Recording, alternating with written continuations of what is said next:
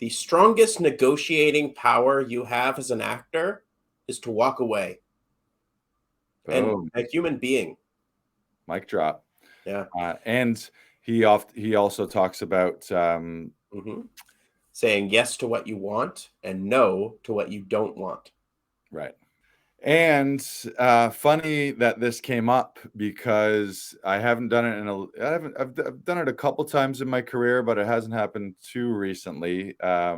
Except on Monday, I got an audition request for a show that I would love to work on. It's a fantastic big Hollywood blockbuster series, but I turned the audition down because the certain material, the scene, the size of the role. There was a handful of reasons that I was like, you know what, this one's not for me, and which is challenging to do, as you know, as an actor, because I mean, we all want to work, we want to get on sets, and you want to book the role, and you want to be a part of things, and especially early on in your career, there's something to say for saying yes to a lot of things and just exploring all the open doors and windows that you could possibly do. I know I did that early on. I did background work, I did student films, I did indie films, I did a little bit of everything just to get the experience and to meet people and network.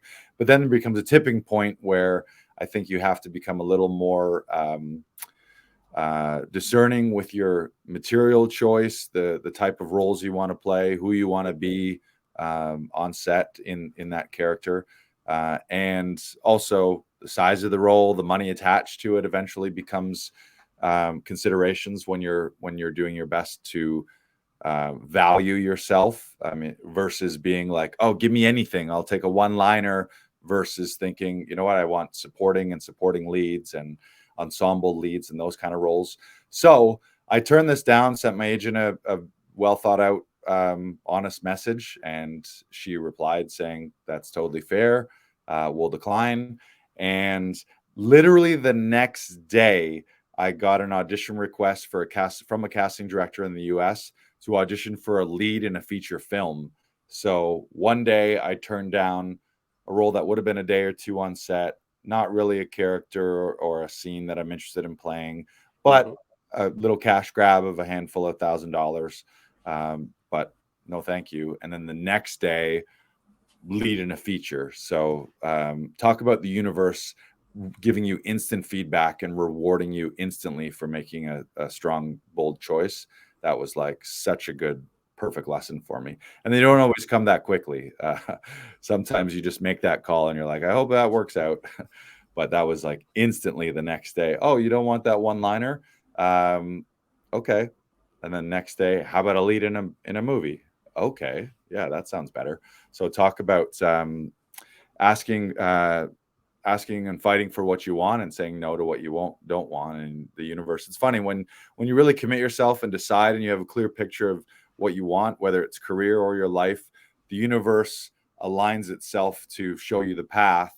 And then simultaneously, sort of negative and or counter forces might align to test you along the way. But the second you know clearly and specifically what it is that you do want, all of a sudden that shit starts to materialize to the point where you're like, do I have the force? Am I Luke Skywalker? The answer is yes, we all are. We're all like these ridiculously powerful beings of light. Our thoughts and our feelings are literally electromagnetic fields and signals and waves that affect other molecules and affect other people. And when you align yourself up here properly and then act and vibrate in support of that and in support of those positive choices, shit around you aligns with you. It's amazing. Yeah, it's cool. It's really cool. I love it. My teacher used to say at Windsor that you reach stages in your career that you no longer can go back down to where you once were doing things. Right. And yes, you worked with some great people that helped you get to that next spot. And as we've always talked about, a rising tide lifts all boats. But right.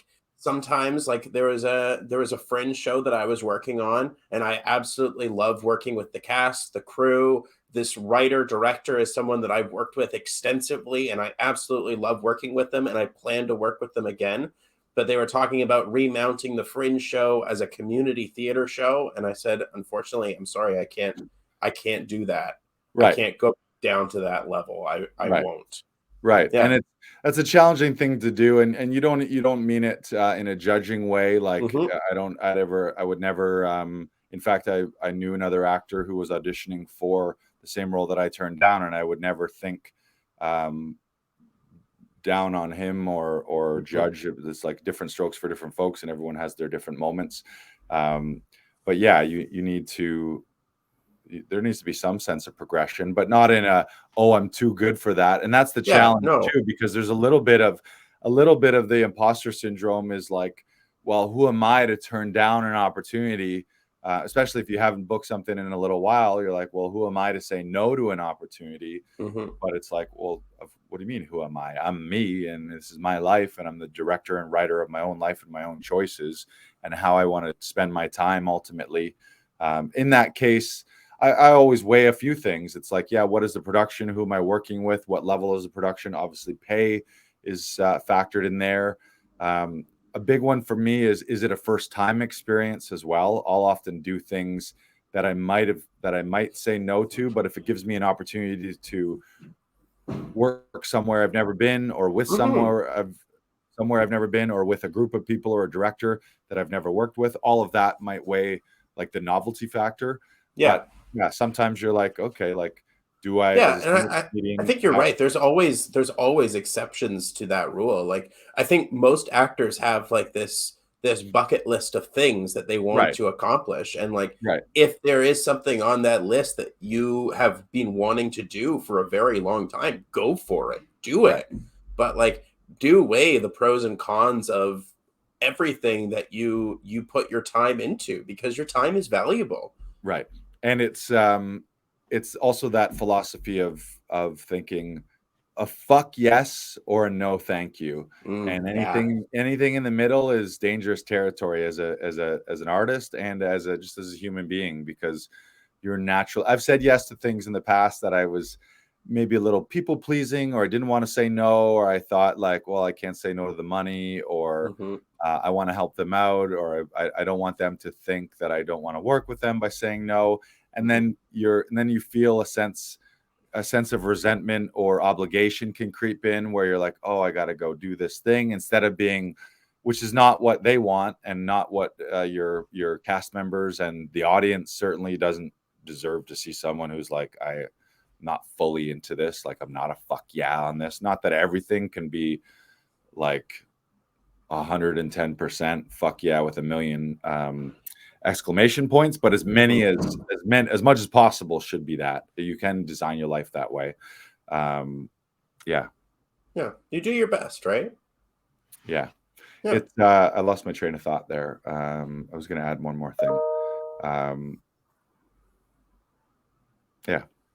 Oh, I know what I was going to say is every time you say yes to something, it just, there's only so much time in a day and in your life. So you also have to have the sense of, no's make spaces for those big yeses, and yeses also block you potentially from saying yes to other things. So maybe I Hmm. say yes to that one liner, maybe I book it, I show up, and then I have to decline something else because lo and behold, the 2 days I'm on that set for that small thing is in the middle of the window for a lead in a feature. And then I'm like, Hmm. oh shit, I wish I had said yes to the thing that I really wanted and said no to the thing that was kind of a meh. So yeah, there's tons of lessons there. Yeah. But in the beginning, I would say, short of personal safety and personal morality, say yes to as many opportunities as you can, especially if you're young and new in the business. You want to meet people, you want to get experience, you want to build a resume, you want to build your reels, figure out what you love and what you don't love about the business. With, again, the exceptions of safety, like you don't want to be Hmm. doing things unprofessionally or that are unsafe stunts or intimacy scenes where especially female actors are not feeling safe in those environments. Then obviously you got to be wary of those early on. But other than that, it's like experience as much as you can, but then reach the tipping point where you decide, you know what, if I could make my world perfect and exactly what I would want in my life, paint it that way, and then go after those things rather than just Hmm. be like, I'll take whatever they give me. which is hard. That's a challenge because with so many gatekeepers and the starving artist syndrome, and Mm-hmm. it could be a scrappy career. So it is a challenge sometimes. But I tell you, it felt really fucking good. And it felt like a reclamation of power to turn something down and say, I don't need that. I don't see what the upside. It was also a role I didn't find that I could find some love and humor. Like I didn't feel like I would enjoy the day on set being that character and being that person, or being me under those given circumstances. But saying those words and being that type of scene was like, I don't see an upside to this. Mm-hmm. It was a scene where I couldn't see myself. Sometimes you say yes to things because you're like, oh, that would be a nice meaty scene and really cool production value and the credit and throw it in your demo reel. But I was like, I can't even visualize myself wanting to put that representation of me in a demo reel as my, here's my what do you call it, like first impression of me to new casting directors and producers. So it was like, you got to weigh all that stuff and be like, is this good for me in my life and my career? And then stand in your choices. And in my case, I went from a one liner in a show that I think is amazing and I would love to be in. Also, the other thought process was saying yes to that. If I book it, that also burns you to do another, like you can't appear as two different guys in the same show. So now I'm still open and available to be on that show, which is a show I love, produced by people who I fucking admire and idolize. So it just gives me another chance to be on it and be on it doing something I can be really proud of, rather than being something where I'm sort of like, yeah, this is great, but I'm not really vibing with this right now. So Mm-hmm. great lesson.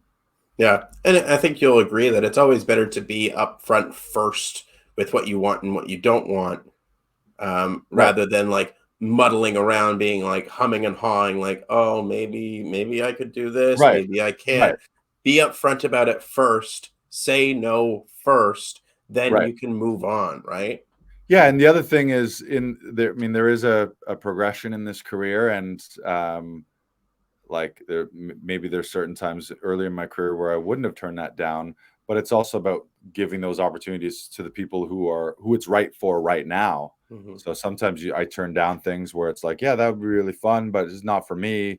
Let's let someone else do that, who really needs that, and let someone who is a fuck yeah, this would be the coolest thing that I've ever done, and this would be a really cool opportunity. Someone who does want to fight for it versus saying like, meh, and then half-assing it. Don't half-ass it. Full-ass things. Full ass things. That's Full good. ass things. Don't half-ass it. Certainly don't quarter-ass it. Don't 4/5 ass it. Don't 3/4 ass it.